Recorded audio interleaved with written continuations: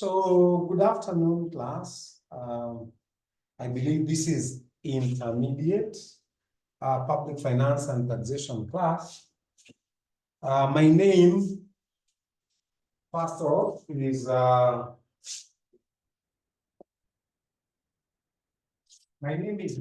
Omino. Let's see. Okay, that's visible now. So, class, that's my name. And this subject is called Public Finance and Taxation.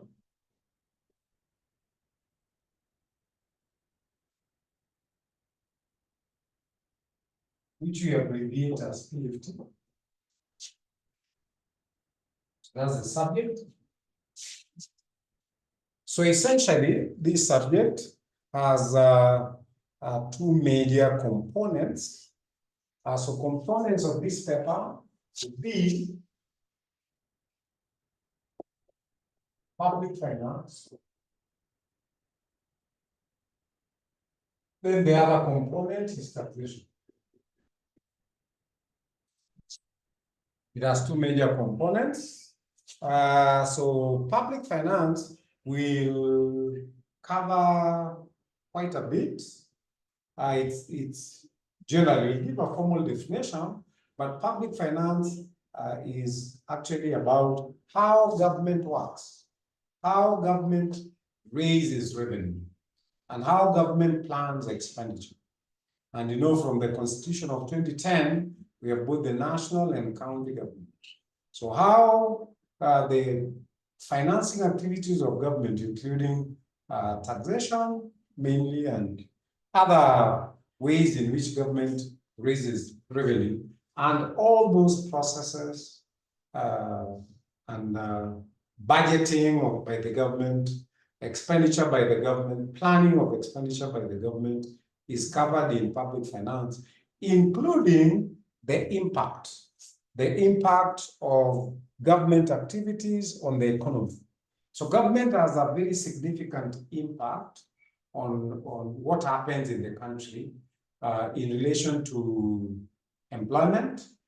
Government activities have impact on employment, have impact on economic activity, and so on. So this subject will be about the activities of county governments and of national government in raising revenue, how that revenue is budgeted for, and how expenditure and revenue raising activities, including raising taxes, revenue through taxes, how that impacts the economy, the effect of that on the economy. So we'll be looking at that, and the main law here will be called Public Finance Management Act. Finance Management Act. So this one is abbreviated as PFM Act of 2012. That would be the main body of discussion on public finance. In taxation, the main law in taxation will be Income Tax Act, Income Tax Act, Excise Act, Excise Duties Act, Customs, VAT Act,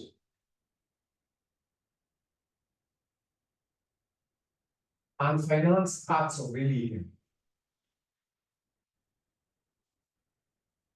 Finance Act. A Finance Act is the budget that is read every year by the national government. Once it is passed by the National Assembly, then it becomes a law. It's called the Finance Act. Right now, we're using the Finance Act of 2023, 2024.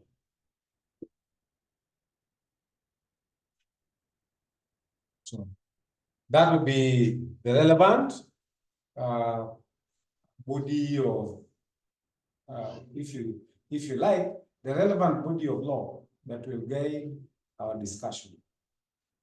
Now, public finance, the first area is theory.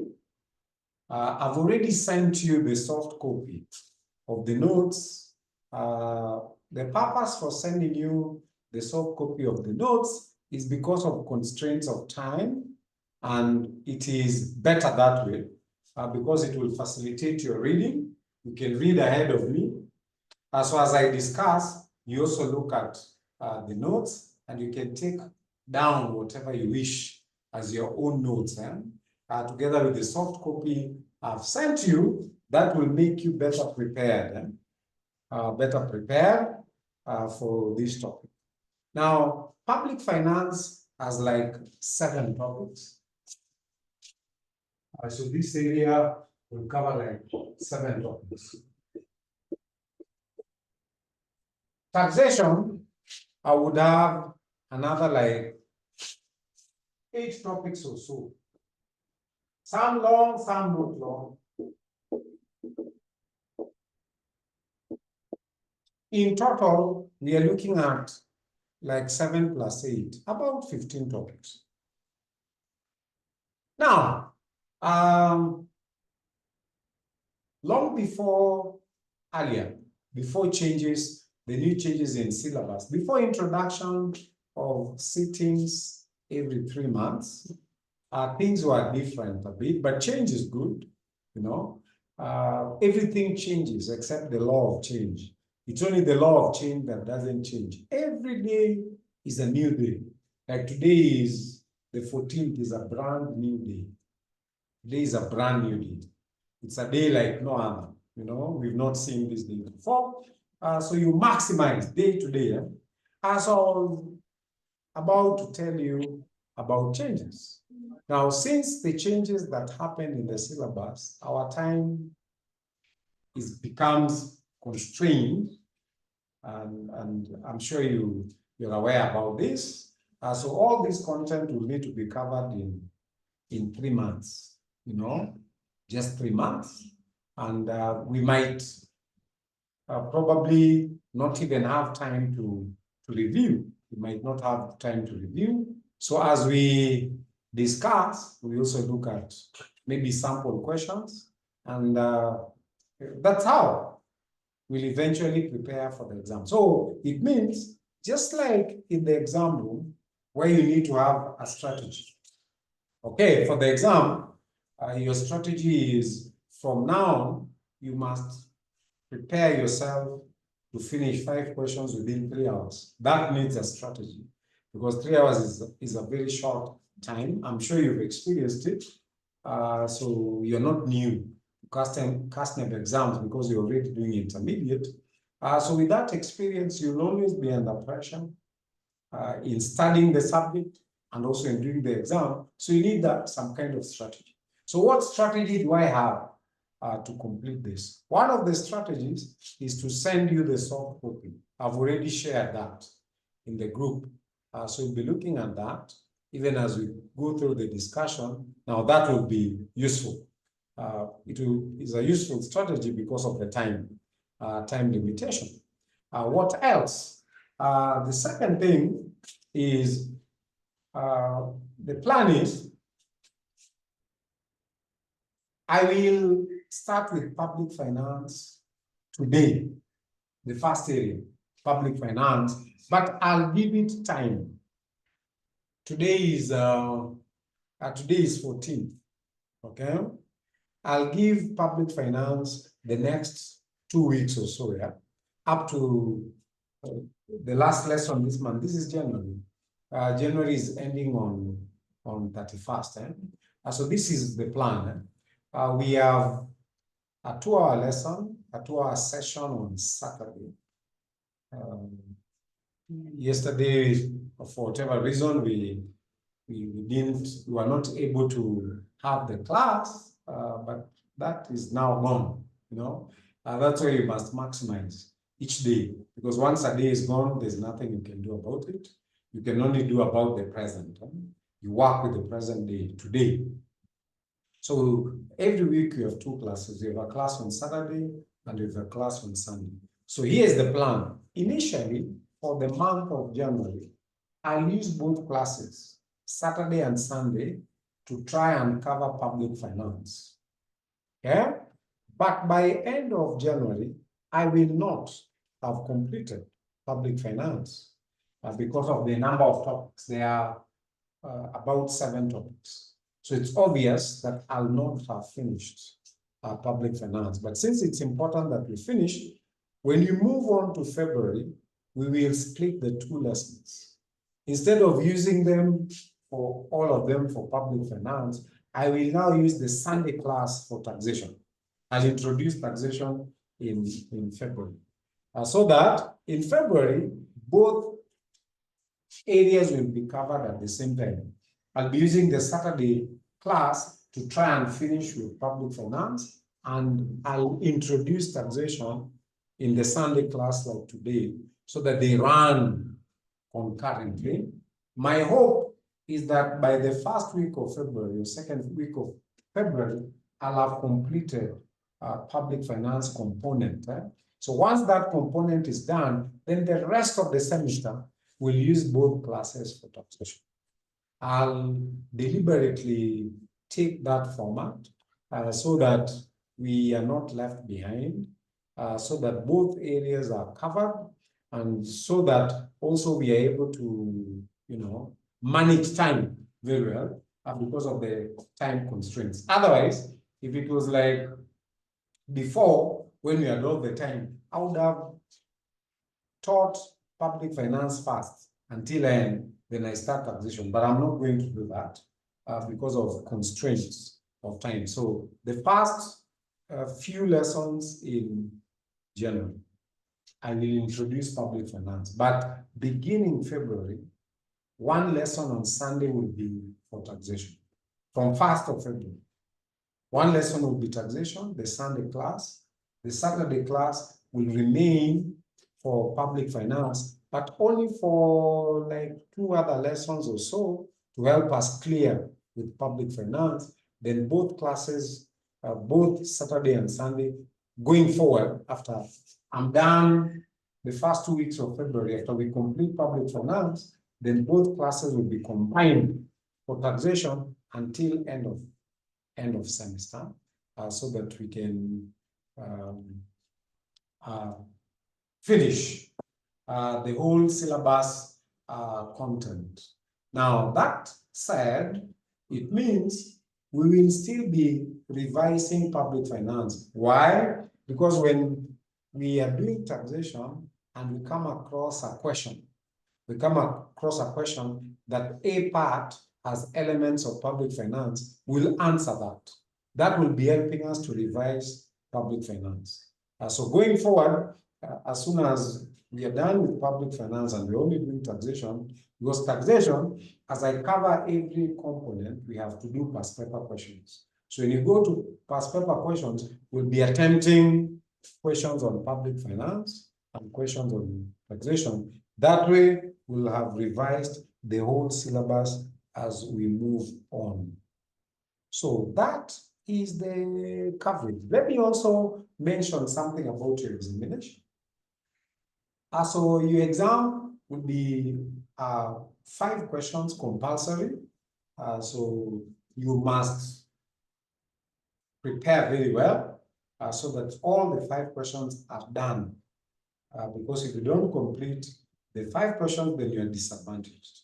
Now, the 5 questions will include both public finance and taxation. Now, the usual tradition in the setting is that mostly the first parts of question 1, maybe question 1, A and B, question 2, A and B, like that. The first part will be public finance. Probably the last part of the question could be taxation, but if you look at mostly question 1 and 2, the first parts are usually coverage of public finance. Then the rest of the paper brings in taxation, income tax, employment income, taxation of companies, partnerships, VAT, customs and excise, and so on. So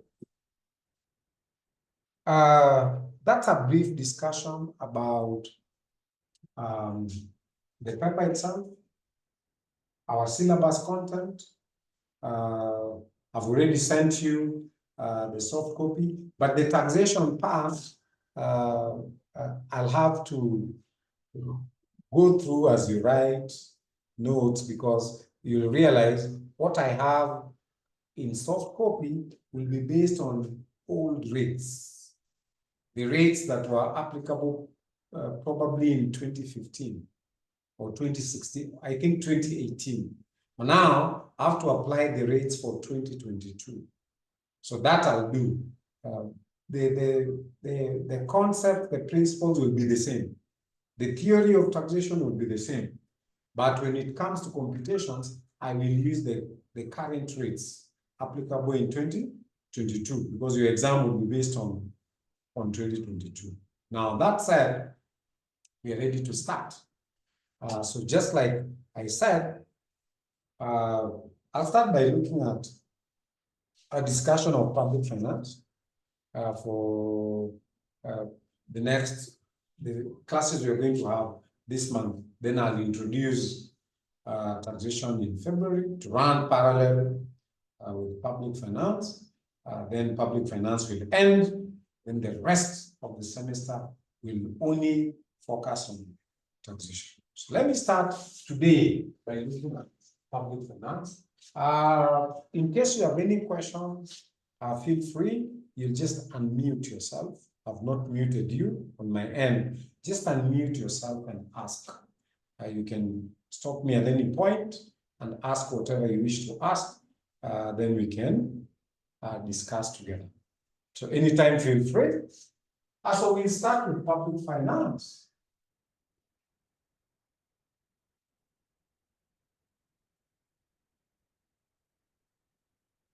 I'll first define public finance.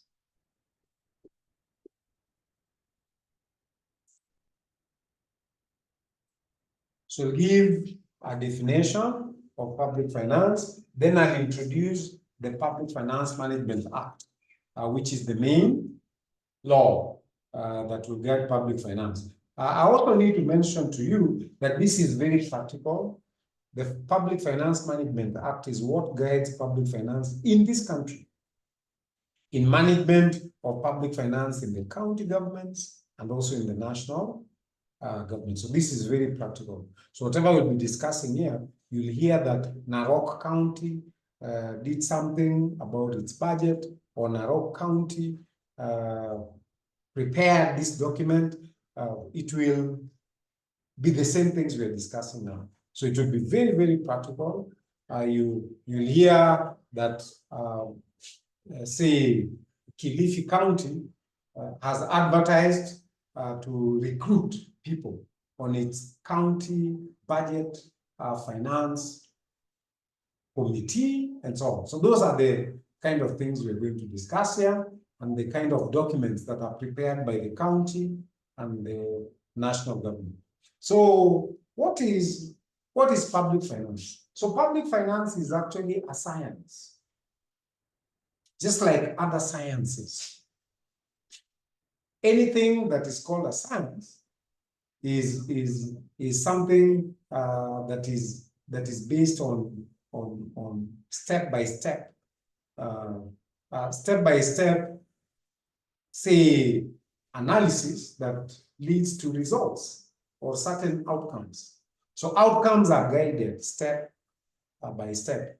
You have procedures, you have rules, you have guidelines. So public finance is a science.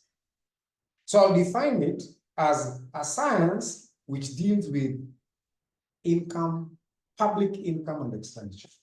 So public finance is science. Public finance. Finance is a science. It's a science that deals with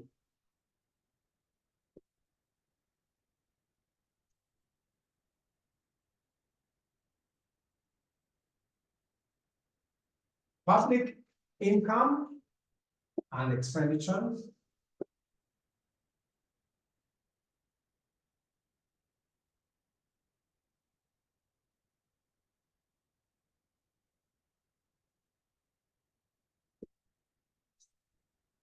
Okay? So this science will give us principles. So what's a principle? A principle is a truth or a guide. So it will give us principles or foundations of what is foundational in how the government can raise money, on how county can raise money. The basic principle that guide that is what we'll study in public finance. So what are the principles that will guide raising of revenue? For example, if the national government wishes to introduce a tax, there's a new tax that is being proposed by the National Treasury on farmers, okay?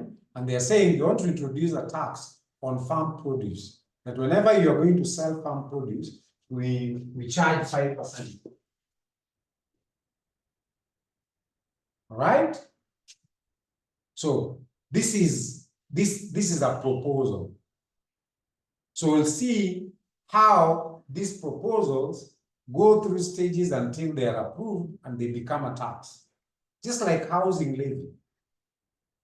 Okay? Housing levy for now has been declared unconstitutional by the High Court.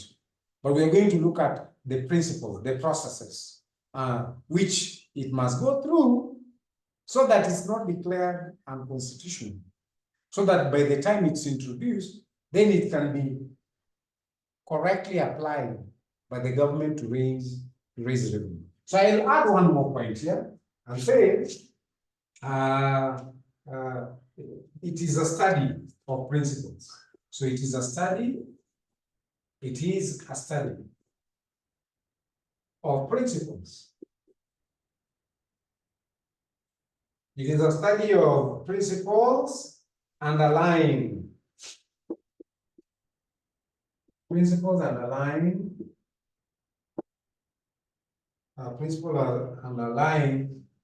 the raising of public revenue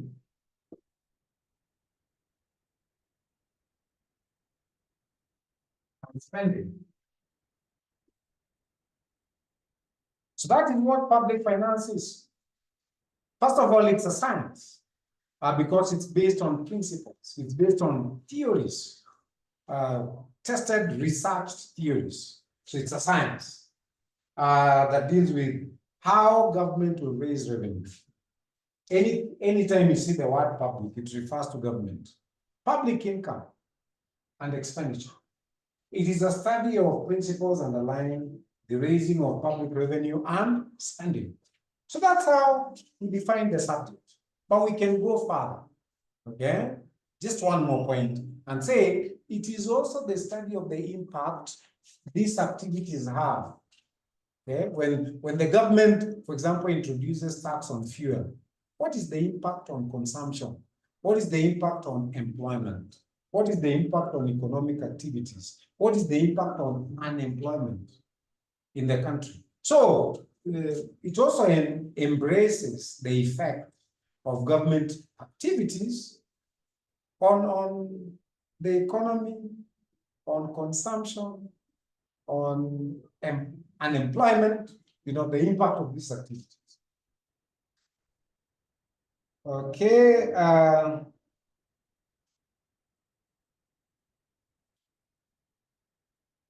So you say, I'll include one last point, it covers. It covers the impact. The impact of government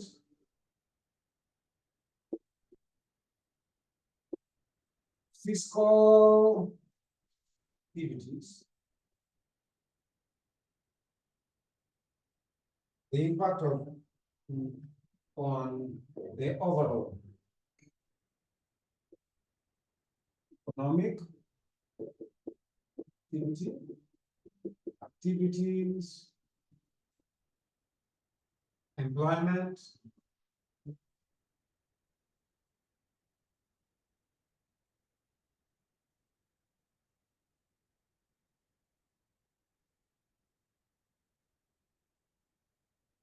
prices. So that is public finance. First of all, it's a science. What does it study? Public income. How does the government raise the revenue? So the science studies public income and public expenditure. You know, government revenue, public revenue, and public expenditure. That's what the science deals with. So what does the science involve? Principles. Okay? It studies the principles underlying raising of public revenue and expenditure. Then it might go further and also cover the influence. How does the government influence or impact? How does the government fiscal activities, those activities of raising revenue and expenditure, how do they affect the economy? 2023 was a difficult year. And if you are part of this country, just like me, you'll realize a lot of discussion was how the government activities have affected people. And that's the point 3 here. You know, the government needed money, so the government removed subsidy on fuel. So what did fuel prices went up, okay? And that affected consumption by the common mwananchi. Food prices went up because of these activities. Because the government insisted we must raise tax and so on. So all that discussion is about public finance. That's why I told you from the beginning, public finance is very practical, is what happens daily, you know, at the counties and at the national government. You can trace the efforts the national government is making in trying to raise revenue. In 2023-2024, they had a budget of 3.6 trillion. Now, 3.6 trillion had to be raised through a number of measures. Those measures for raising revenue, all that is what this science is about. This science is about measures to raise public revenue and expenditure. It's about principles. When you want to introduce tax, it must be guided by certain principles. We're going to look at some guidelines to be followed by the government in introducing certain taxes to raise revenue. And then you, even after those taxes have been introduced, or even after measures have been introduced to bring in revenue, this same science will look at some frameworks on how that revenue should be spent, expenditure. So how should the government spend its money? How should the government spend its money? And then lastly, what is the impact of all those activities? How does it affect businesses? How does it affect companies? How does it affect spending? How does it affect employment? You know, did the government create more jobs through its activities, or did we lose jobs? How are the food prices after certain VAT was increased from 8% to 16% on fuel? How did that affect the prices of goods and services in the country? All that debate, which is very good. Last year, there was a lot of debate about that. That is within the scope of public finance. So that serves as a good introduction to the subject. Then moving very quickly, we'll now look at the legal framework. What do I mean by legal framework? Public finance is guided by the law. That's why people are taking the government to court, and the court is listening because there's a legal framework. So if you want to introduce a housing levy, there's a legal framework. If you want to introduce a tax of 5% on farmers, there's a legal framework to be followed. And Kenyans are watching. So whenever they find that the law has not been followed, they'll rush to court and stop a certain process, even though the government is looking at it probably as sabotage, but essentially somebody has to keep watch and see that the law is followed. So let's look at not the whole of it, but this is just an introduction to the legal framework, which is the Public Finance Management Act. So introduction of PFM legal framework. So let's introduce this.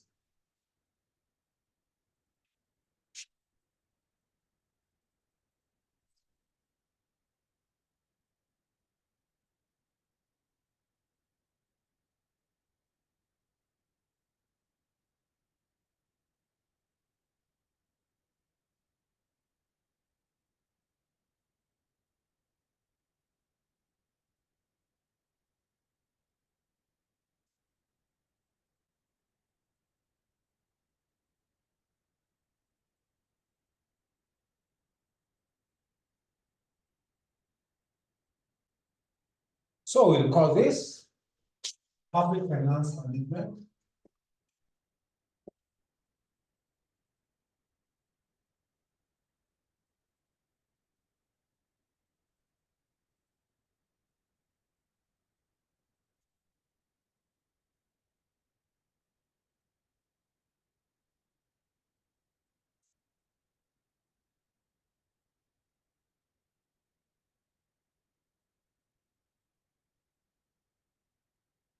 So Public Finance Management legal framework. So the legal framework, or the only law that deals with public finance management in this country, is called the Public Finance Management Act of 2002. So that's what we want to. Oh, but that's not the only one. So there'll be two key laws we introduced. The first one is called the Constitution. Constitution of Kenya. 2012. And the second one is called Public Finance Management.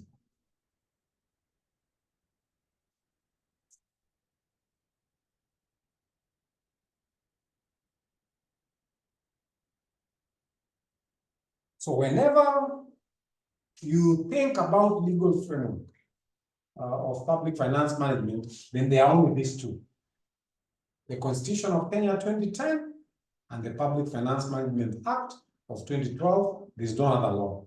So if you hear people have gone to court, they either base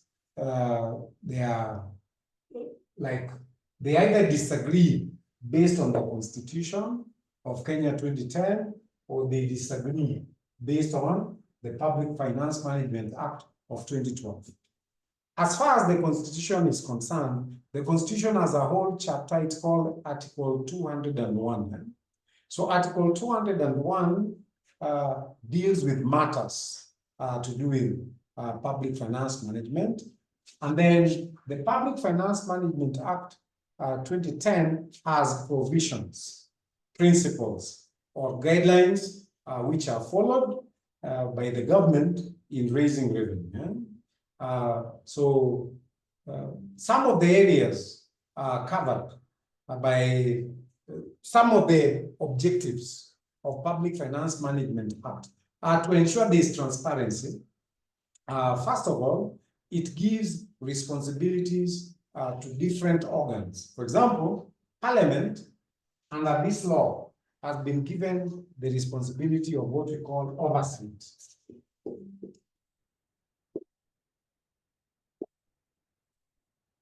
Oversight means Parliament will check the executive.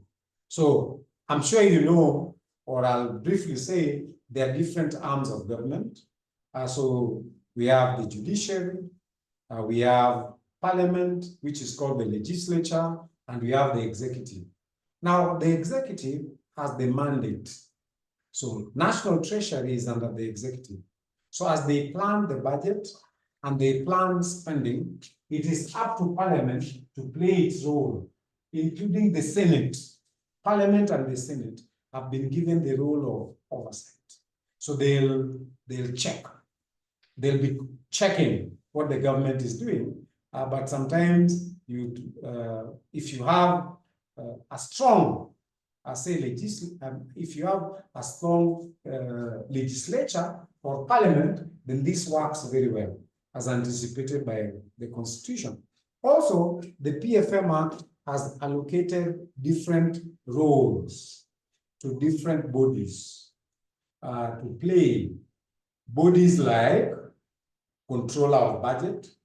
I'm sure you know about the controller of budget. We'll be discussing a lot about the controller of budget, because the controller of budget has the role of making approvals. So every time the national government or the county wants to withdraw money from public funds, we'll be discussing what these public funds are. Then it's the controller of budget to authorize, to allow, and the controller of budget, that office, can only authorize withdrawals from public funds if it's in accordance with the law, if it's in accordance with the Constitution, and if it's properly approved, and so on. So the PFM Act, this Public Finance Management Act, will provide for oversight by Parliament. It will also provide for the roles of bodies like Controller of Budget, Auditor General's Office, Internal Controller, General's Office. It will give roles to different types of independent bodies, so that the work of the executive is checked by a number of independent institutions to make sure there's efficiency and effectiveness in public finance management. So we can briefly say that as far as the legal framework is concerned, as far as the law that backs or the law that covers public finance is concerned, we have two main ones. If you ask, what is the legal framework for public finance management in Kenya? The Constitution of Kenya 2010, and then we have Public Finance Management Act. Now, what does the Public Finance Management Act do? Or rather, what are the objectives of Public Finance Management Act? The objectives are three. So I'll say objectives of PFM Act. So you can get a question like that in the past papers. So first of all, this act provides, or it provides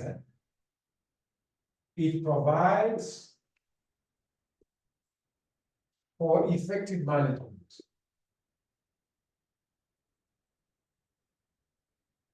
of public finance.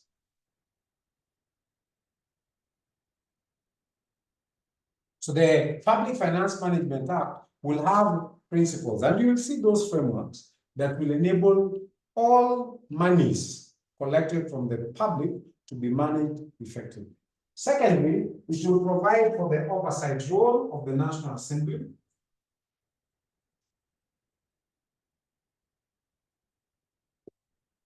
It provides for the oversight role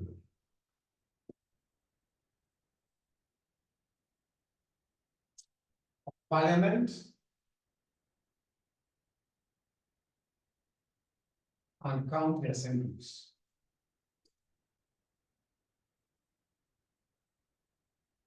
So this law gives power to Parliament and each of the county assemblies to play oversight. So even at the county, there's an executive there. It's called the County Executive Committee. At the national government level, it's just called the executive. So the executive comprises of the president, the deputy president, and the CSS.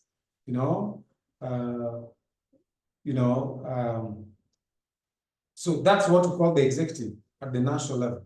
At the county level, it's called County Executive Committee, CEC.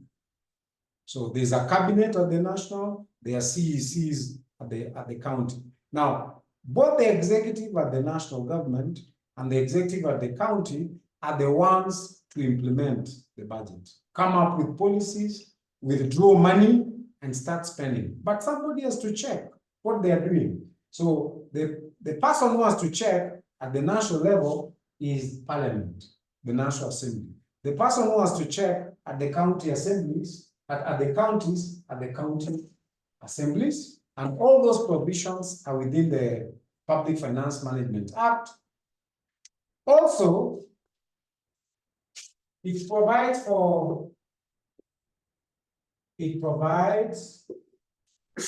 different responsibilities. Different responsibilities. It provides for different responsibilities of government entities.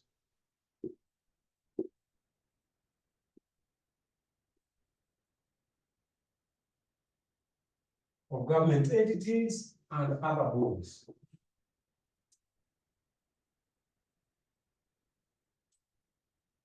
So this law will give responsibilities to different government bodies also, you know. So if you're asked about what are the objectives of the Public Finance Management Act, there are three.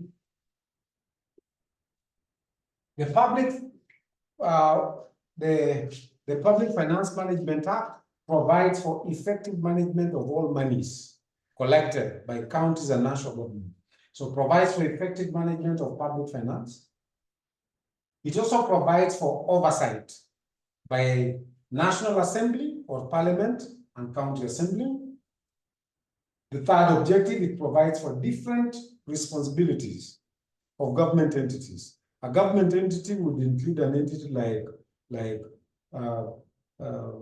you know, Internal Auditor General's office. There's an office called Internal Auditor General. What is the role of that entity in as far as oversight is concerned? Controller of budget. What is the role? Parliamentary Budget Office. You learn more about these government entities and the role they play. You know, Parliamentary Budget Office. You know, the Office of the Auditor General in doing external audits and so on. So the Public Finance Management Act will make provisions for all that. Now, as far as the Constitution is concerned, we just know it's part of the legal framework, but public finance is covered under Chapter 12 of the Constitution, Chapter number 12. Chapter number 12 is also called Article 201. Nobody will ask you about this, but sometimes I mention this just for general knowledge, your general knowledge, because these are things the public talks about out there. But if you watch in the news, you'll see them talking about Article 201 on public finance in the Constitution, or Chapter 12 of the Constitution. So this is the legal framework as far as public finance management is concerned in this country. That is what we call the legal framework. Now, what do we look at next? We look at an overview of this act, the Public Finance Management Act. Just an overview. So next we look at overview of Public Finance Management Act. Overview.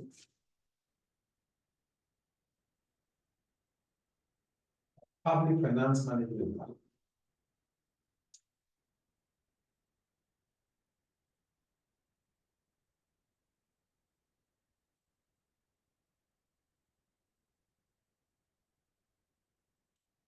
So we get a general overview of this Act of Parliament. So this Act of Parliament was passed in 2012 by the National Assembly. In 2012. Before that, there are many other laws that would be relied on to facilitate public finance management in this country. But as good practice, you know, Parliament abolished all the other laws so that we're only left with one law called the Public Finance Management Act in 2012 to help manage public finance in this country. So as we speak, if you are keen enough, anytime there's an issue to do with monies raised at the county or sharing of revenue between the national government and county, whenever there's any dispute, they'll only refer to this one law, because all the other laws were abolished. You know, laws to do with internal borrowing, external borrowing, government finance management act, all those laws were abolished. So now we only have one law. So this law is so important as far as public finance is concerned. So if you hear people have gone to court, they are basing their argument either on provisions of Public Finance Management Act or the Constitution. Two laws. So if people disagree on any matter to do with the taxes that are being introduced, the new taxes, and the procedures under which they're being brought, or any matter to do with any program that the government is introducing, most likely people will disagree based on the Constitution of Kenya, 2012, or the Public Finance Management Act. I usually tell my students, with the knowledge you will get out of there, if you have an interest and you grow that knowledge, you can be anything. Last semester in this class, we were teaching an MCA, not an MCA. This was a CEC. It's called County Executive Committee Member for Finance. Like if it was at the national government, it would have been like Ndongo, Juguda Ndongo, who is the CS for National Treasury, National Treasury and Planning. Okay, but this one was at the county. I'll not tell you which county, but one of the counties. So I want to introduce this act. So this act was passed by Parliament in 2012, and the Parliament had 4 objectives in wanting to pass this act. Number 1, this act was meant to guide implementation of counties for the first time.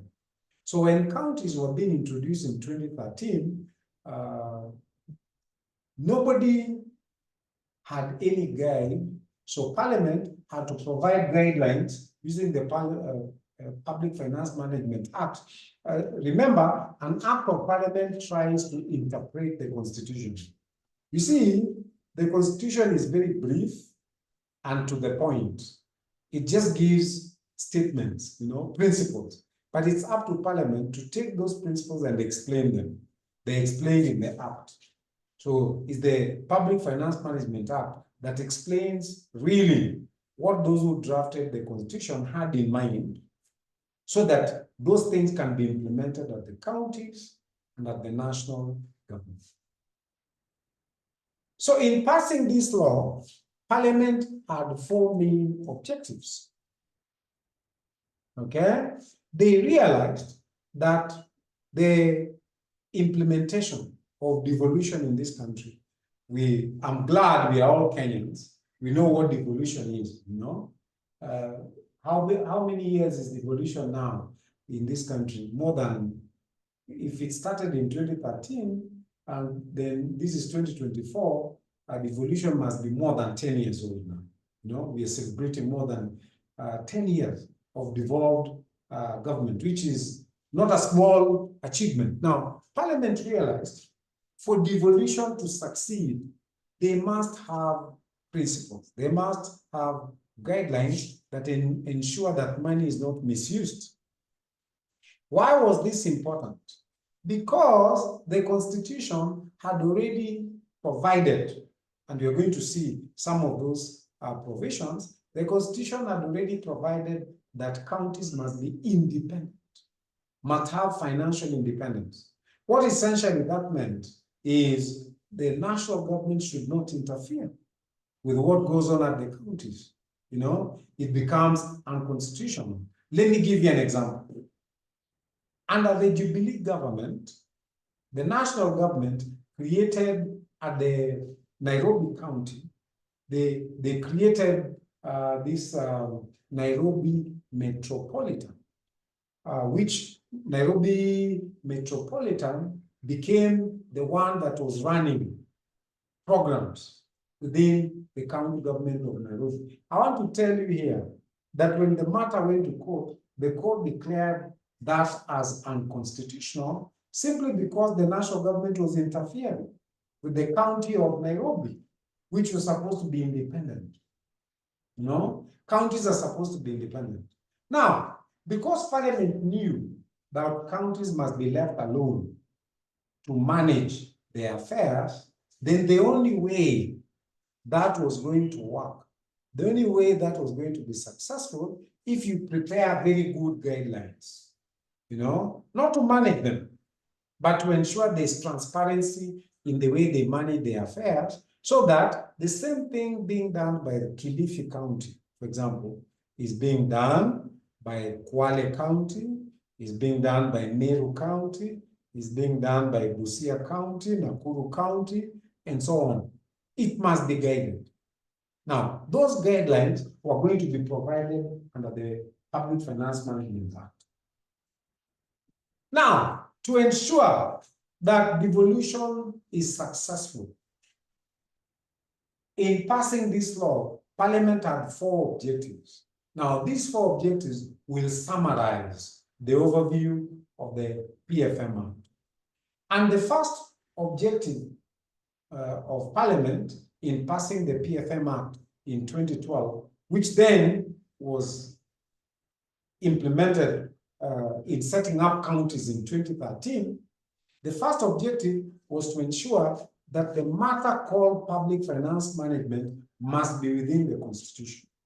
And I'm sure you understand right now the importance of this document called the Constitution. If anything is declared by the court to be unconstitutional, like CDF, then you cannot implement it. I know MPs are trying to push very hard to find a way to make it work, but Parliament declared it, the court declared CDF unconstitutional unless certain changes are made. That's why even the name had to be changed from CDF to National Government County Development Funds, so that it's a national government fund. So they had to make that change for it to be accepted by the court, had to be constitutional, because under the Constitution, there are only 2 governments.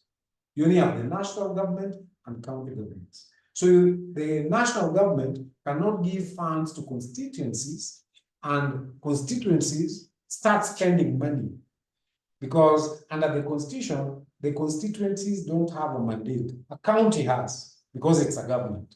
The national government has a mandate because it's the national government. The constituencies don't have that mandate. That's why the CDF have to be hidden under the national government cover, so that it's a national government constituency development fund. That's why it's called NG-CDF now, not just CDF, to make it. So the first objective was to ensure that everything done within the process of public finance management is under the Constitution. Now, what does this mean? Let me break it down for you. There are 2 provisions in the Constitution. The first provision you find is called Article 6. The examiner will not ask you this. This is just a discussion. There's Article 6 and there's Article 189. If you want details of Article 6 and Article 189, you can read your soft copy notes which I've sent you on page 19.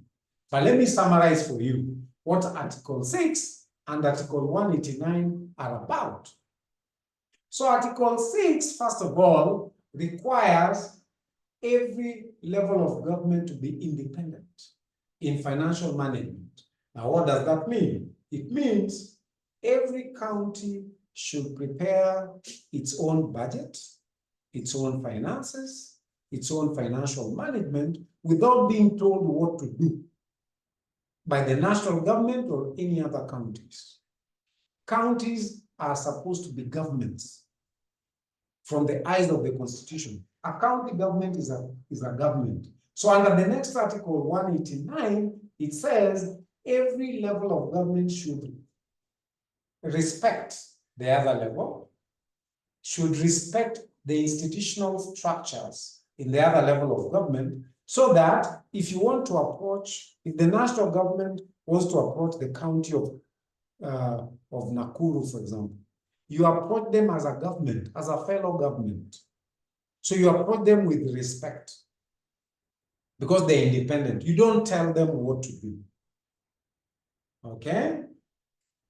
So, how was this process going to work? How was it going to ensure that county governments are respected, that they are autonomous, that they are treated as independent, that the national government does not interfere with what they are doing, that other county governments does not interfere with what they are doing?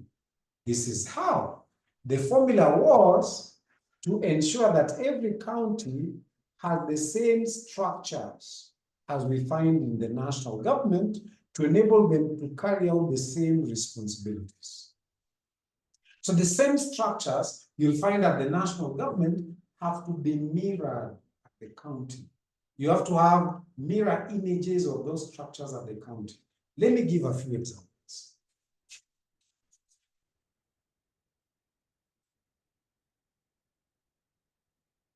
So this is to ensure independence between I should have written the first objective before I give you examples. Let me first write about this constitutional requirement. So number one,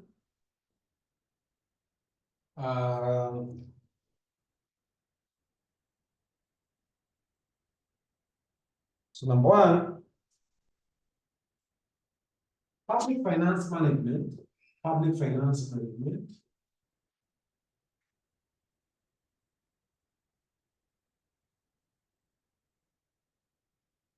must be consistent with the Constitution.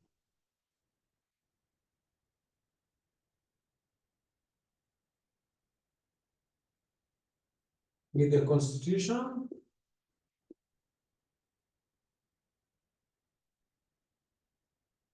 in particular, with Article 6 and Article 189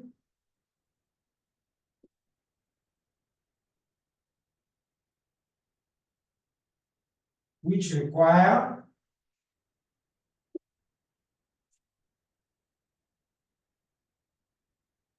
independent financial management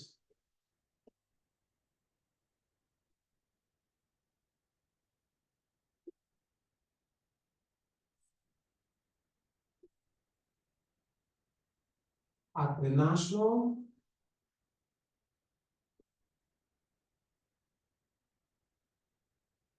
and county governments.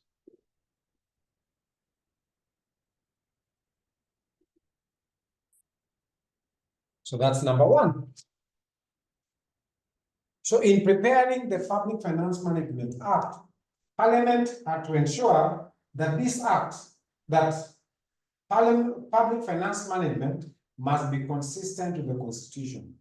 In particular, we have Article 6 of the Constitution and Article 189 of the Constitution, which require independence in financial management at the national and county governments. Independence simply means there should be no interference. The national government should not tell the county what to do. The counties should also not interfere with what happens in the other county. Article 6 says, Article 6 talks about independence of the two levels of government. Then Article 189 talks about respect. So each level of government must respect the institutions in the other level, so that anytime the two levels of government have to work together, they'll work together through consultation, okay? Through consultation, through discussion, through cooperation, you respect the other level of government. And you can only work with them by consulting them And moving forward, we are going to see how they consult one another, because they are forums. A forum is like some kind of setup where the two levels of government can meet and have discussions and consult, exchange views. So you respect the other level of government, you know? You don't tell them what to do, but you can consult, you can discuss, you can,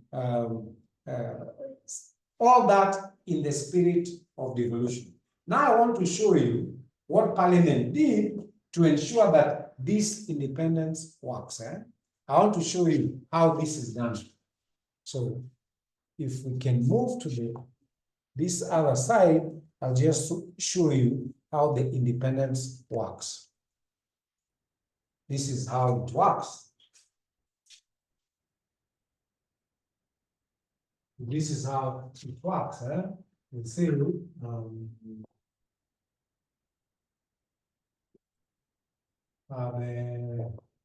PFM Act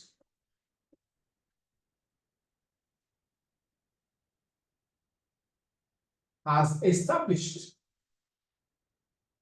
the PFM Act has established structures and institutions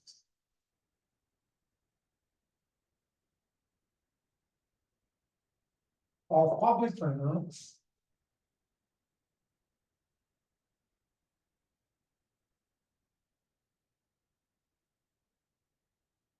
at the counties.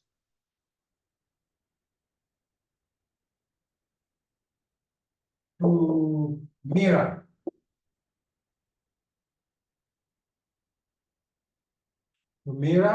those are the national government.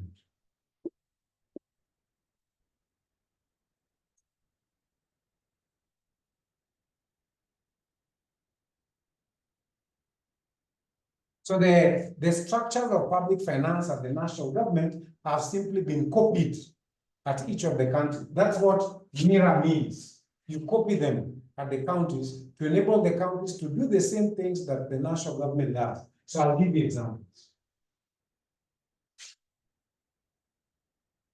E.g., so on this side, I'll have national government.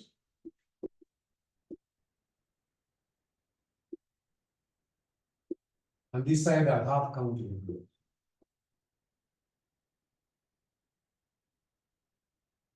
So Parliament said, yes, we want to follow the Constitution. We want the two levels of government to be independent in public finance management. How do we do that? To ensure the two levels of government respect one another and they don't interfere with one another. Then Parliament thought, let's have the same structures at the national government mirrored at each of the counties. For example, at the national government, we have the cabinet. So who is the cabinet? The cabinet is what you call the executive. Okay? So the cabinet is made up of the executive, which includes the president, the deputy president, the attorney general, you know, the chief cabinet secretary, all the cabinet secretaries, the CSS for the different ministries, they make the cabinet. So that's the top national organ at the national government. So all decisions, so everything, including budgets, must first be approved by the cabinet because it's the top organ. It approves budgets, it reviews budgets, it approves or makes recommendations on anything before it even goes to Parliament. It goes to the cabinet. Now, how can the counties also do the same thing without interference? The Public Finance Management Act has created a similar body, the county. It's called the County Executive Committee. County Executive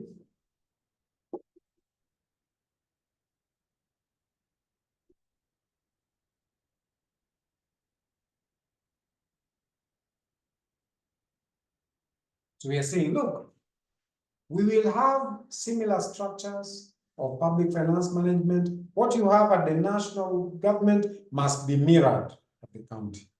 So at the national government, you have a cabinet made up of the president, deputy president, and cabinet secretaries who carry out, they are the top organ. So they review what the national treasury has prepared, okay? They approve budgets. They have top discussions on what should be introduced even before it goes to parliament and so on. Now, for the counties to do the same thing, they must have their own executive.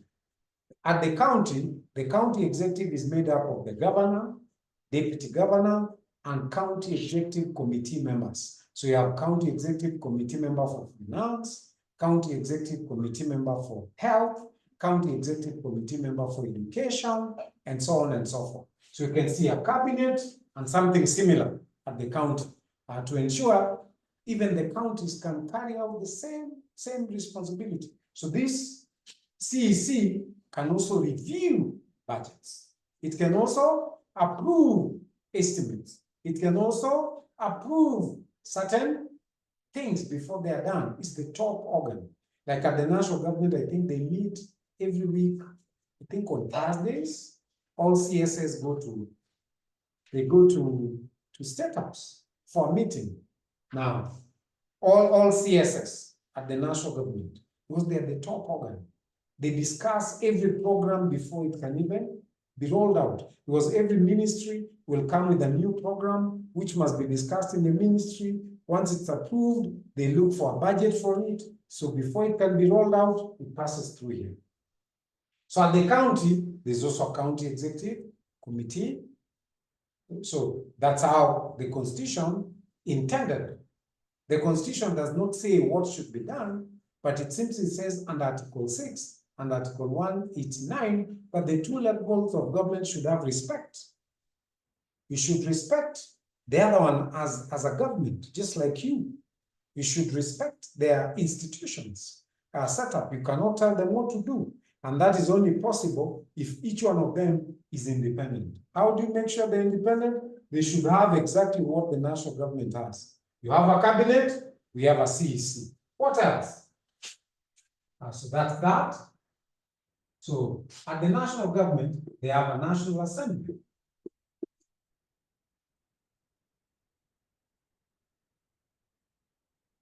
So what does the National Assembly do? The National Assembly is very powerful. It has been given the power of oversight by the Constitution. They are the only ones that can correct any estimates made by the executive, any plans made by the executive. The National Assembly has been given powers to check. You know, they can debate expenditure by the executive and disagree, make reports, correct them, and so on. What about at the county? You cannot tell them what to do. What do they have? They have the county assembly.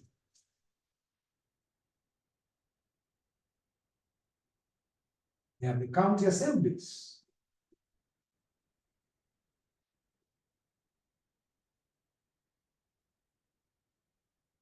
They're carrying out similar functions. So the county is the county to approve appointments.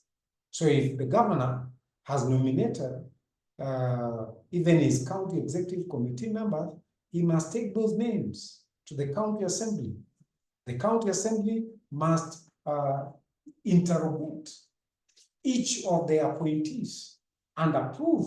Now, I'm sure these are things you've seen happening in your counties. You've read about them. You've heard about them in the news, you know. So this is how the independence is created. The county assembly can disagree with the budget made by the county executive committee and so on, because their role is, their responsibility is oversight. Just like at the national level, you have the National Assembly, which constitutes of Parliament and the Senate. Parliament and the Senate, they carry out the same role, you know. What else do we have at the county? We have CS for National Treasury, or let's just talk about the treasury. The treasury is an institution, national treasury. It's called National Treasury and Planning. So in public finance management, the national treasury is very important because they are the ones that come up with the estimates of budget. They are the ones that come up with, is the national treasury that comes up with proposals of taxes. Like that tax I was telling you about, 5% on farmers is the treasury that is suggesting that. Then after they propose that, it will go to the cabinet. Once cabinet approves, it will go to the National Assembly. Assembly ikipitisha, farmers watahave kulipa 5% when they sell their produce at the market, and so on. So the National Treasury is a very key player. It's called National Treasury and Planning. Now, the counties cannot depend on the National Treasury because that's another government. They have their own county treasuries. So we have county treasury.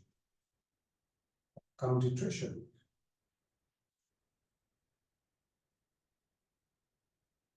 So with those examples, you can see how objective number 1 was achieved by Parliament.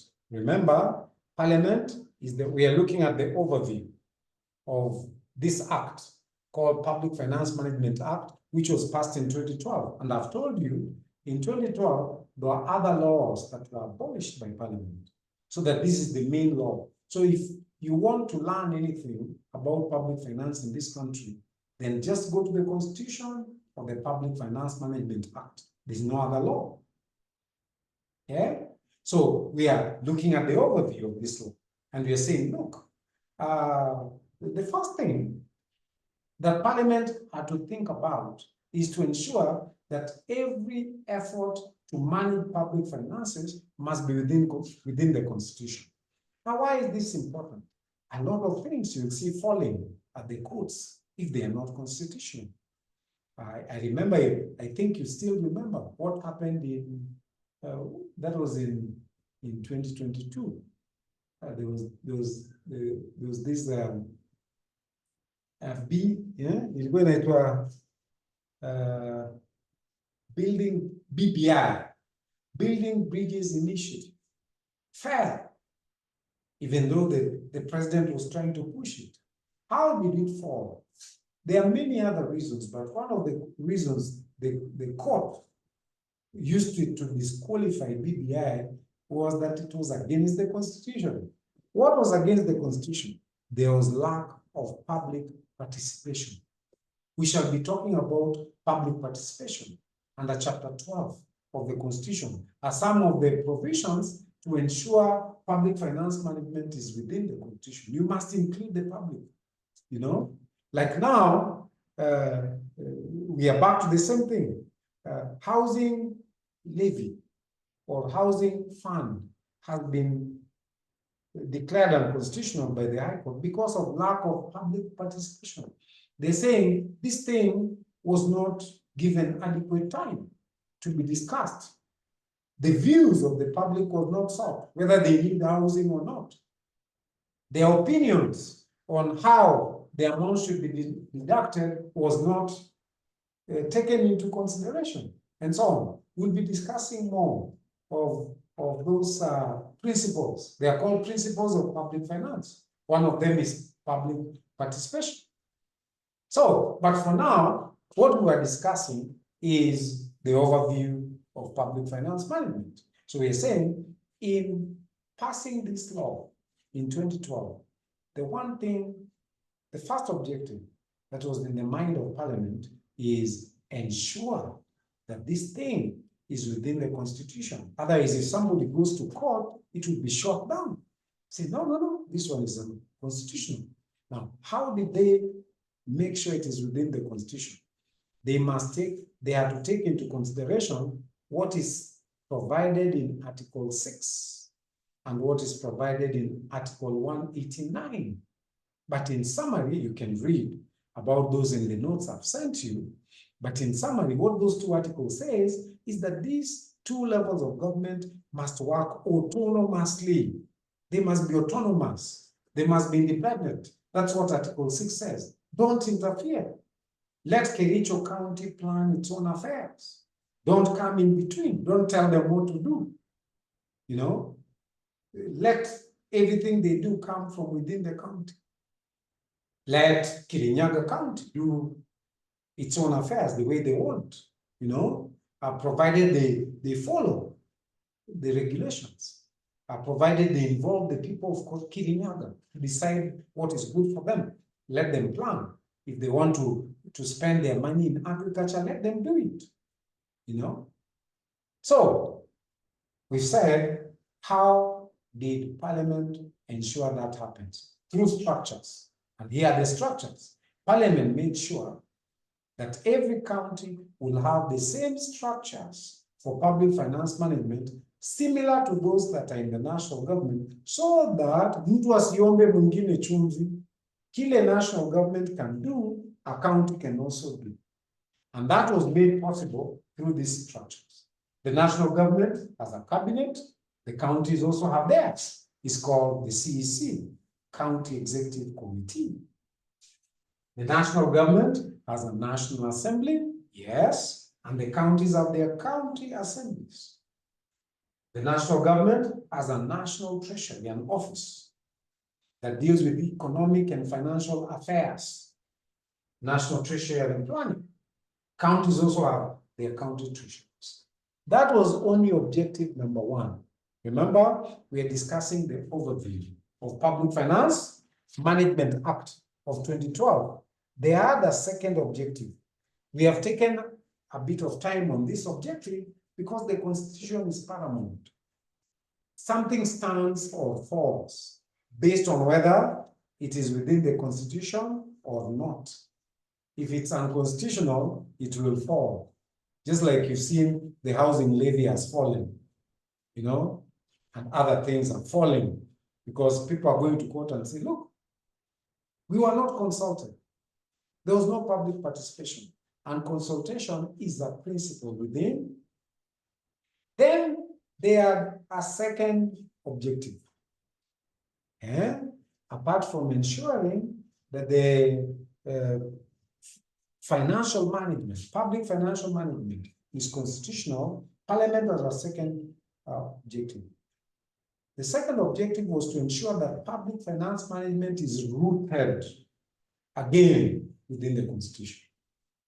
What do we mean by being rooted? I'll write this objective and then I'll explain to you the rooting, how it is going to be rooted within the Constitution. So there's objective number 2. We are looking at overview of public finance management.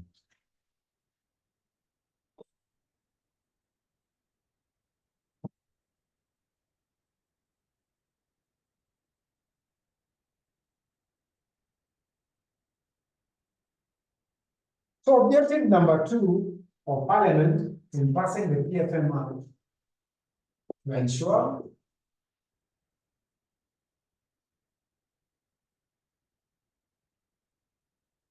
that PFM Act is firmly anchored in the Constitution.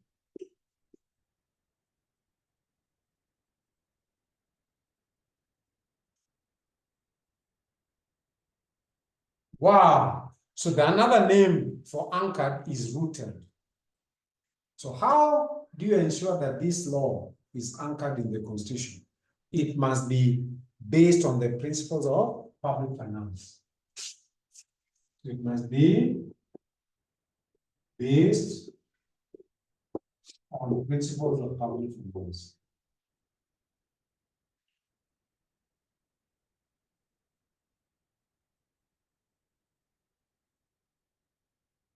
E.g., the first principle is called openness. Openness. Openness means all matters of public finance should be discussed in the National Assembly, in the County Assembly, even if it is matters debt. And you're going to see how debt is discussed openly.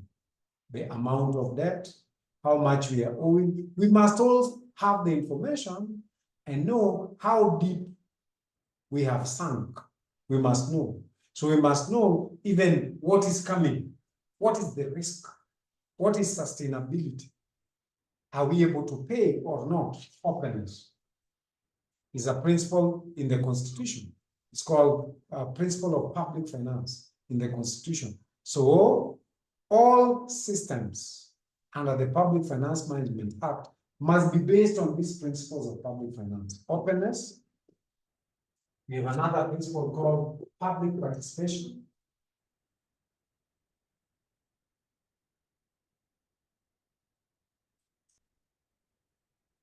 It means the public must be involved at the county, at the national government, whenever anything will be passed and somebody goes to court and cites lack of public participation, and there is evidence that the public was not involved.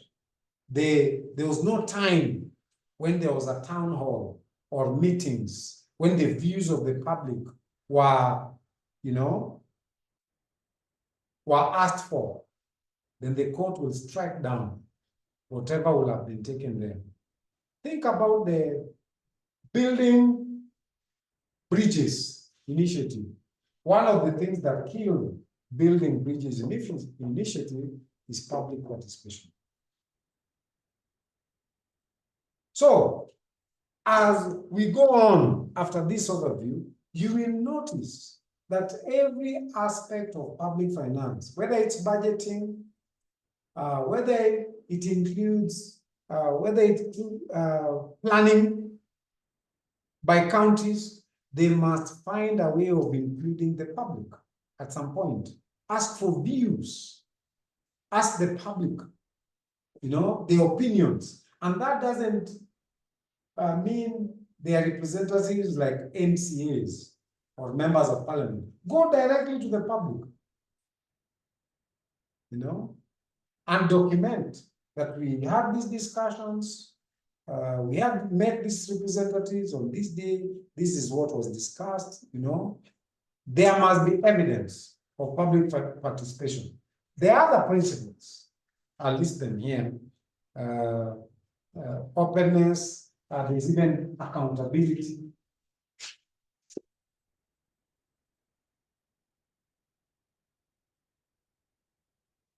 Accountability means if you are serving the public,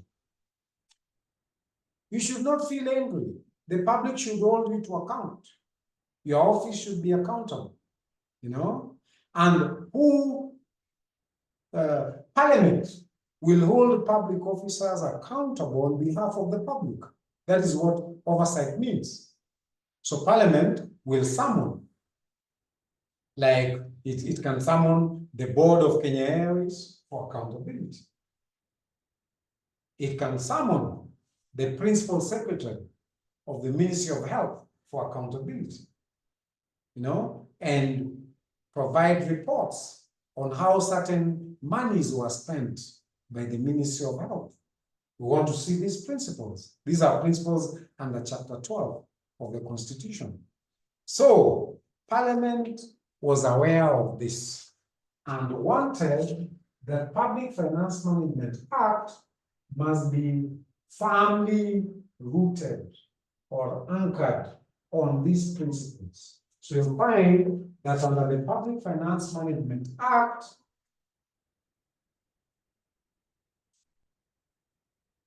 these principles will be at work on almost every aspect. So there is accountability. The judiciary must be accountable.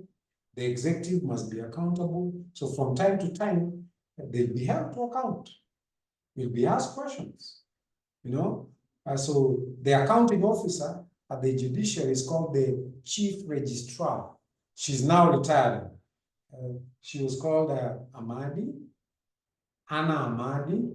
Anna Amadi, I saw in today's newspapers, she was handing over to her deputy because she's retired, That's for accountability. So if you want to hold the judiciary to account, you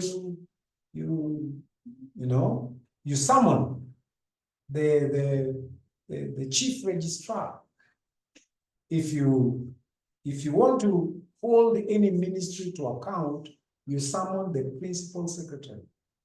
So the principal secretary is the accounting officer in each of the ministries. So accountability means positions have been created to be held accountable.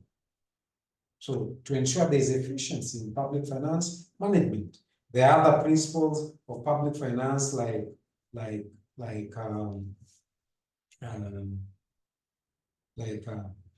equitable sharing of revenue.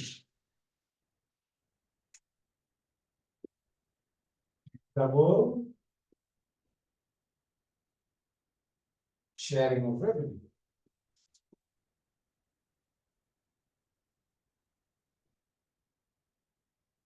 We'll learn more about this principle when you look at how revenue is shared between the national government and the county governments. Okay? So there are provisions in the Public Finance Management Act and the Constitution on how revenue collected by the national government should be shared between the national government and the 47 counties. So these principles are within the Constitution and the Public Finance Management Act, and Parliament ensure that that happens. Equitable sharing of revenue. Then there was also equitable sharing of tax burden.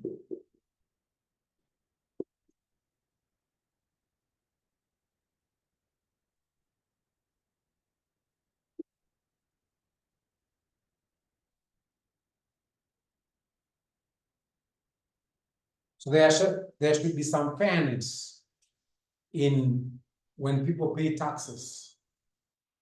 This is a principle that will guide the treasury in imposing taxes on the citizens. Don't overburden others, you know. There should be a way in which taxes ensure that people pay taxes according to their ability. It should be equitable. These are principles of the Constitution. They promote equitable sharing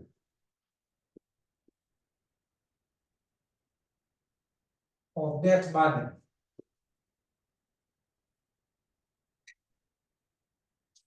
between current and future generations.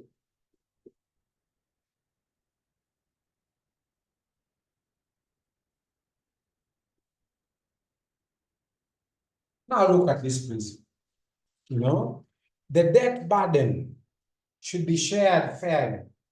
But you can see we're already breaking this principle, you know, and our leaders are aware about this principle of public finance. Our debt now is more than 10 trillion. We're already breaking this principle because we are supposed to promote fair sharing of the debt burden between the current and the future generation.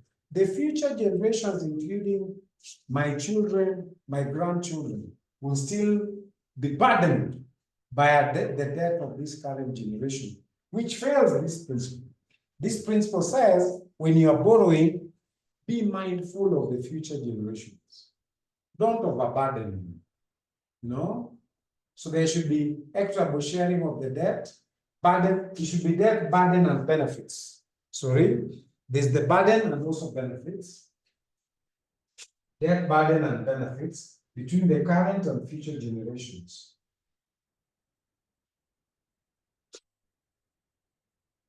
Debt burden and benefits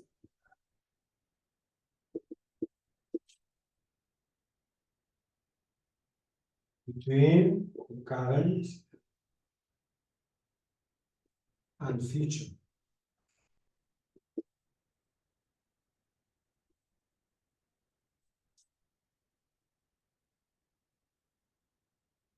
So you can see the second objective was to ensure all these principles are coming from the Constitution, to ensure they are all included in our day-to-day public finance management, you know, so that in public finance management, we have openness, we have public participation, We have accountability in public finance management on any matter, be it debt, be it spending, programs.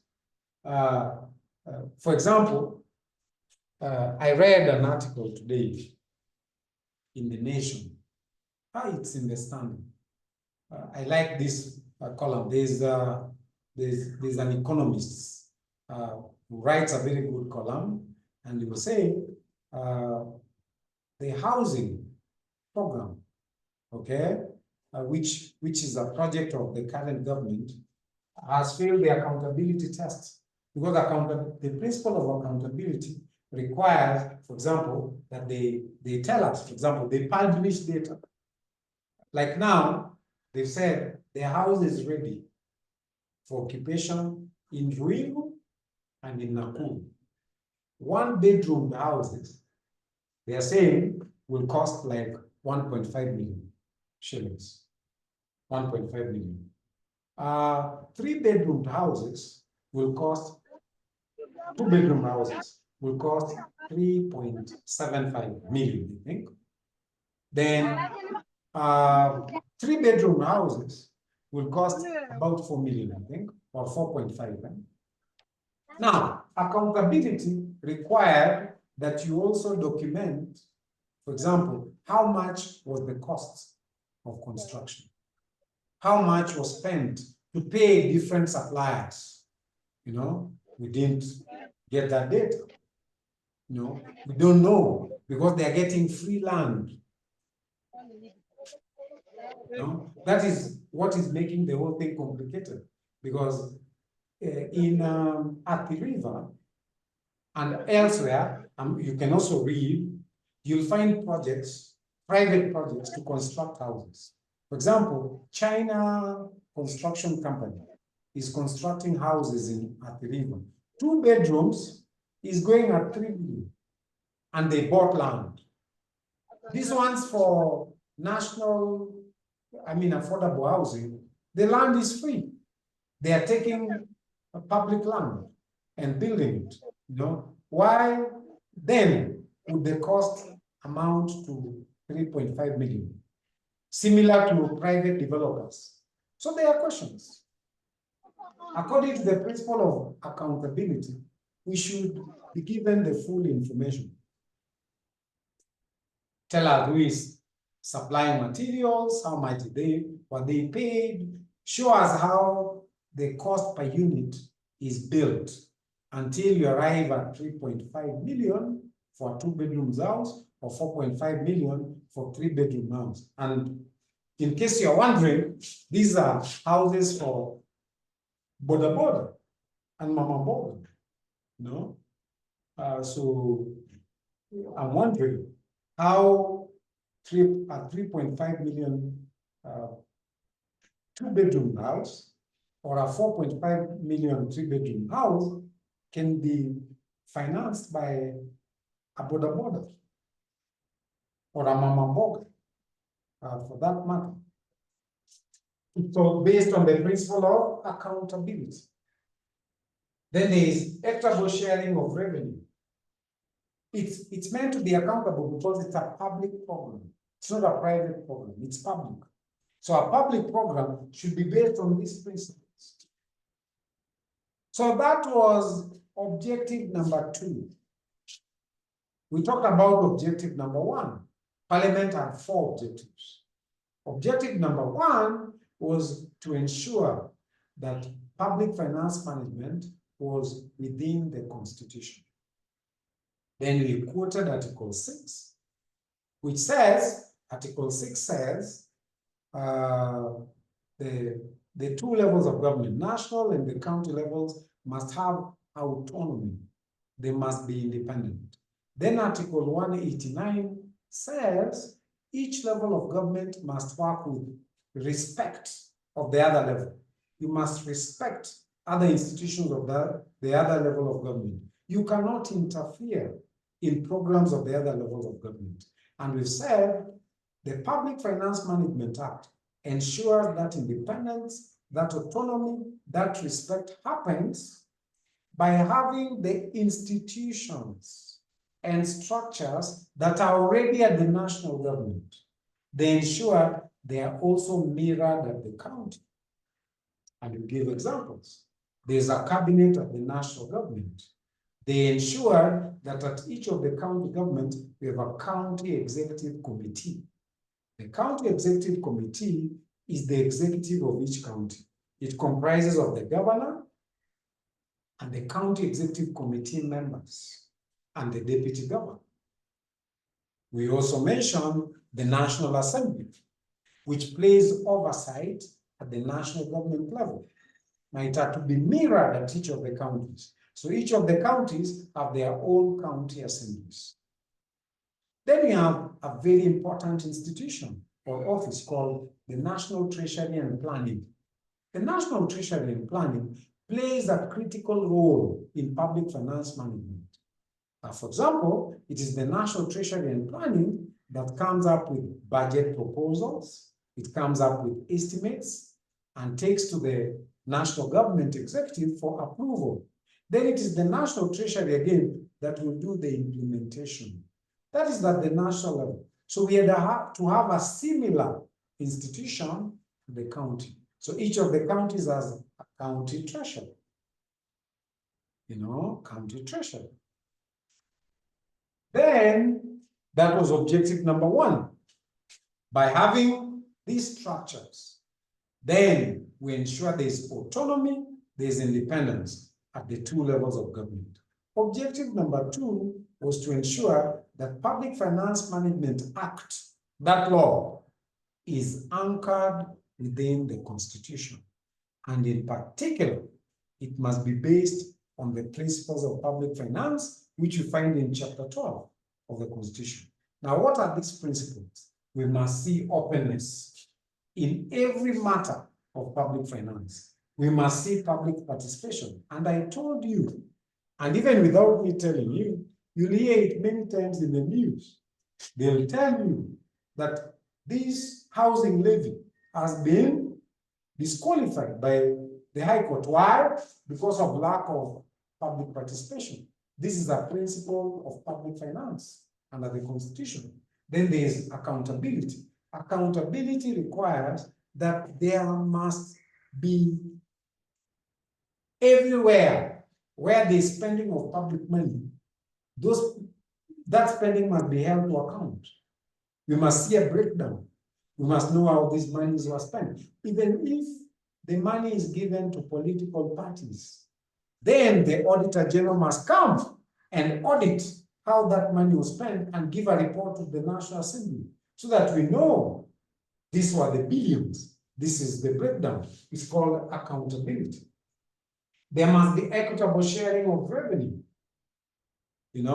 It means even the smallest counties in this country have a right to have a share, equitable share. Even the most remote, marginalized areas, like Wajir, like Marsabit, Kilifi, far-flung areas of this country have a right to have an equitable share of revenue. Equitable sharing of tax burden. So not only those who are employed should be paying tax, there should be an equal basis of getting people to contribute towards tax revenue. Whether you're in business, in farming, in employment, so that it's not just those who are in employment that carry the biggest burden of tax. It must be equitable. Then public finance management must also promote fair sharing of debt burden and benefits between the current and future generations. So if we overborrow in this generation, then you put the next generation in trouble. Like now, we are very deep in debt, over 10 trillion shillings. We are already interfering with the future of this country, future generation. But the principle of public finance says there must be equitable sharing of debt, burden, and benefits between the current and the future generation. Then there was objective number 3. We're doing overview of Public Finance Management Act. So Parliament, in passing this act in 2012, had the objective of ensuring that it is the main law that governs public finance in this country. Now, before 2012, there are other laws: Internal Borrowing Act, External Borrowing Act, Government Public Finance Management Act, and many other laws that were there. What Parliament did, Parliament abolished, okay? Parliament abolished all these other laws so that it was only left with one law. So the only law right now is Public Finance Management Act. So I'm looking at the third objective. The third objective of Parliament, number 3, was to consolidate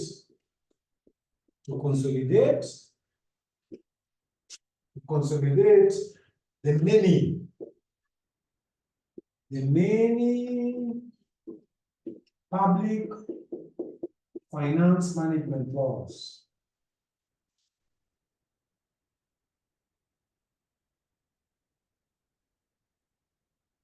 To consolidate the many public finance management laws into one integrated law.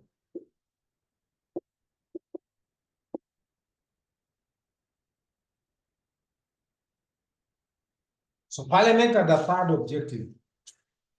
We want to make sure there's only one law in public finance management, and that is the PFM Act of 2012. How did the government ensure that? When you have time, you'll read page 21, and you'll see a number of laws that were abolished. Okay? So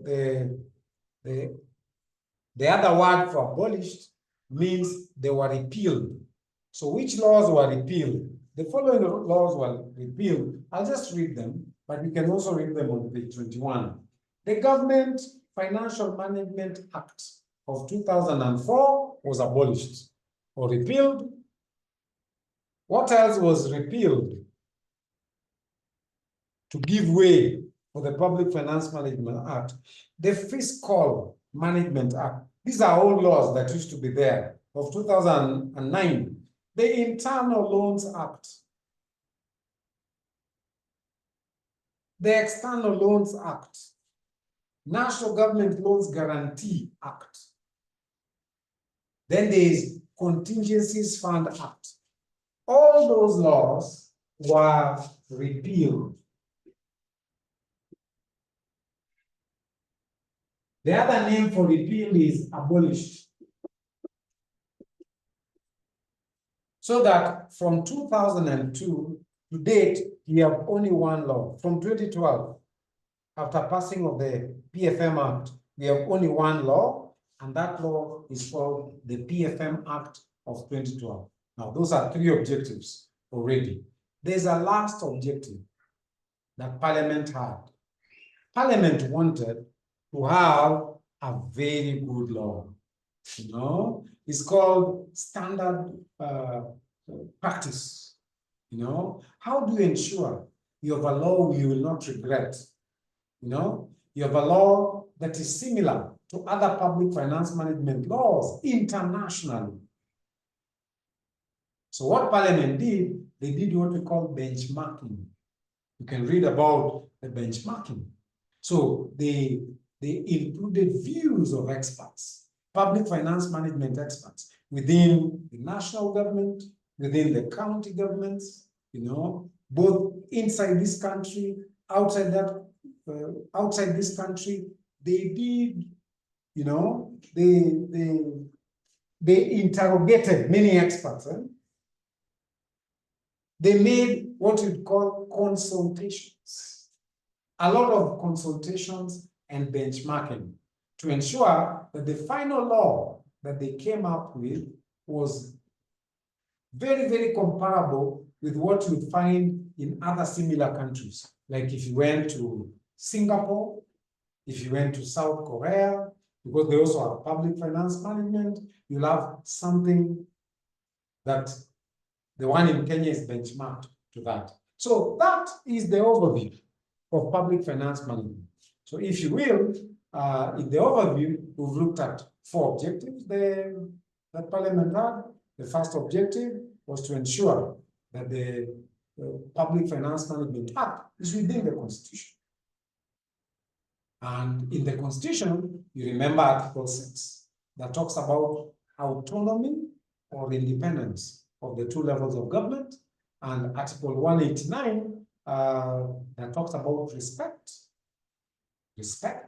so that the 2 levels of government can only have consultations. You cannot dictate to each level of government what to do. Indeed, I gave you an example of Nairobi Metropolitan Services in the other Jubilee government was unconstitutional.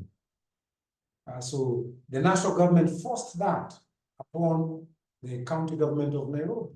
So it was against Article 189 and Article 186, because Article 186 requires autonomy and independence of the 2 levels of government.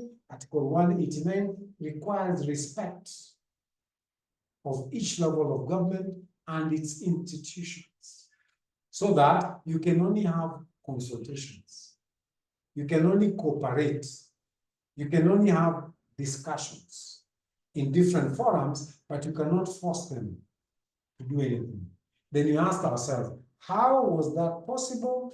By having the same structure that the national government mirrored at the county. Then there was objective number 2. Objective number 2 Parliament had in passing the Public Finance Management Act is to ensure this law is rooted, is anchored within the Constitution, and to ensure that happens is the law must be based on the principles of public finance under Chapter 12 of the Constitution, and here are the principles there: openness, public participation, and we mentioned that if you are keen and you've been following what's happening in the news and everything, you'll see these principles at work. You see a person going to court and something is stopped because these principles were not followed. Openness, accountability, public participation, equitable sharing of revenue. So a county can come forward and say, we didn't get our fair share, and the court will listen, promote equitable share of debt burden between the current and future generation.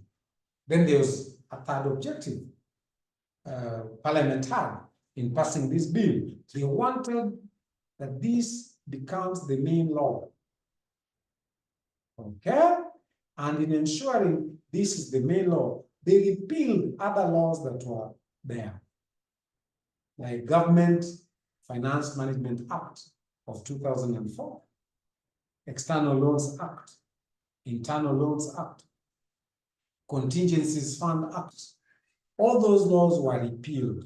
The word repealed means abolished in favor of this law, in favor of Public Finance Management Act of 2012.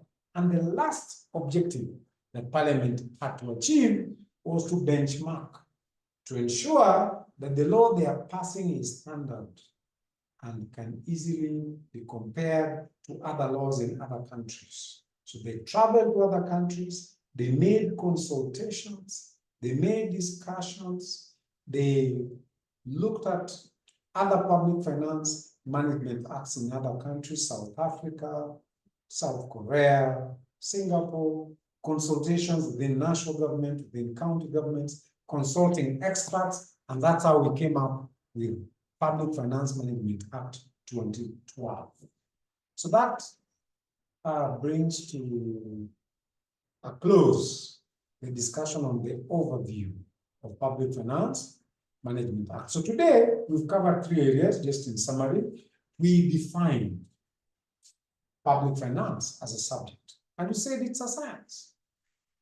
And this science studies raising of public revenue and public expenditure It studies the principles that underlie how governments raise revenue and how governments spend their revenues. And it also studies the impact or the influence of these activities on the economy. The economic growth. Is the economy growing, or has it been interfered with negatively as a result of government activities? On prices of food, of goods, on unemployment, the impact. And we said, all this discussion is under a subject called public finance. Okay? And then we looked at the legal framework. What is the law behind public finance management in Kenya? And we said there are two main frameworks: the Constitution of Kenya, 2010, and in particular, in the Constitution, we'll only look at Chapter 12, no other chapter. Chapter 12 or Article 201 is specifically on public finance, the Constitution. And the second legal framework is the Public Finance Management Act, which we've just been talking about. And we said the Public Finance Management Act has three objectives. You can be examining those objectives.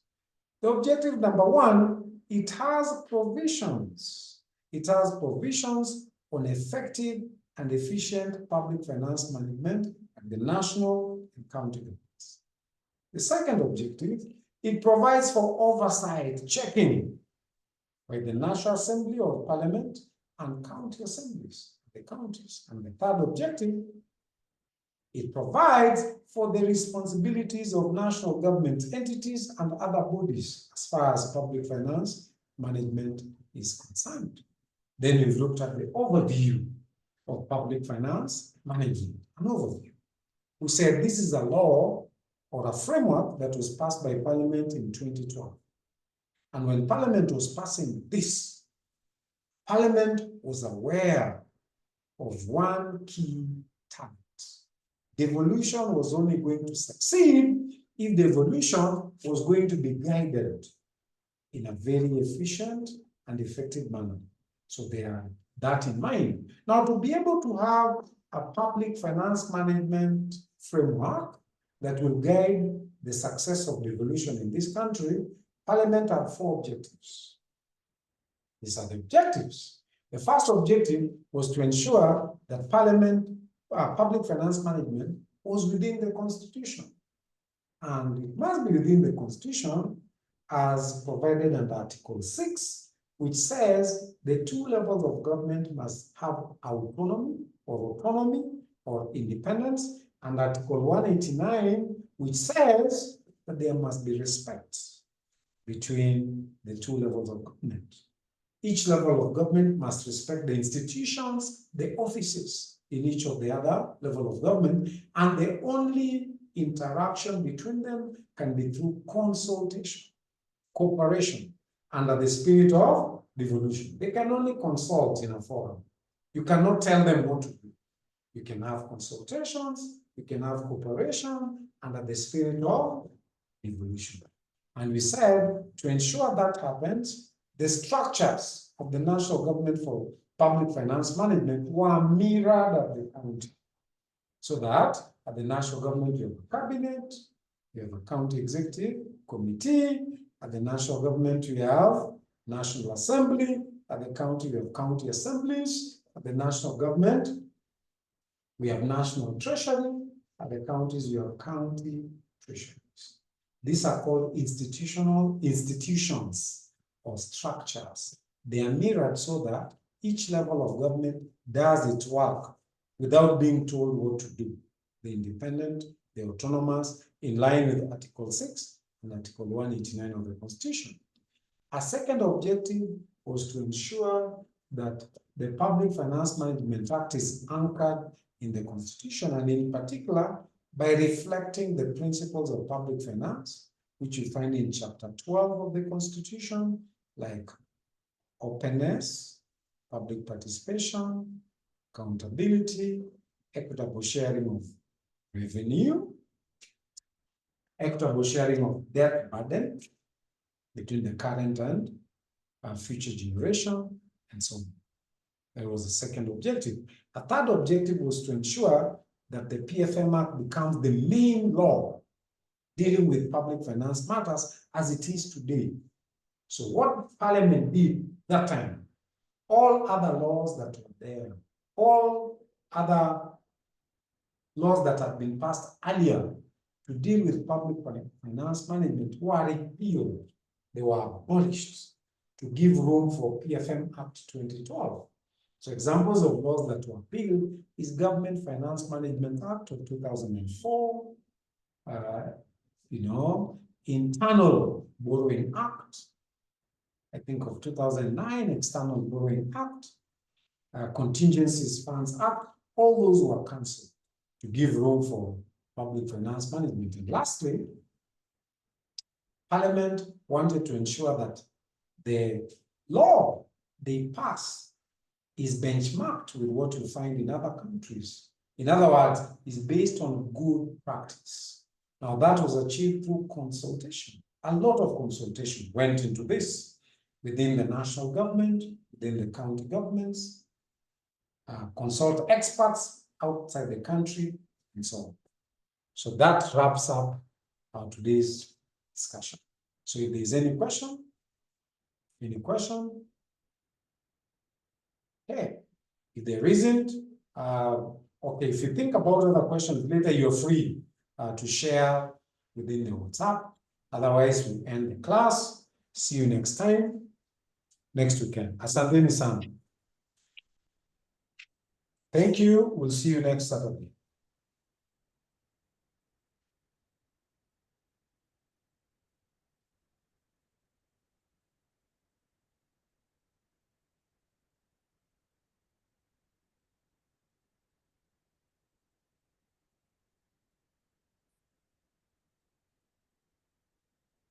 Yeah.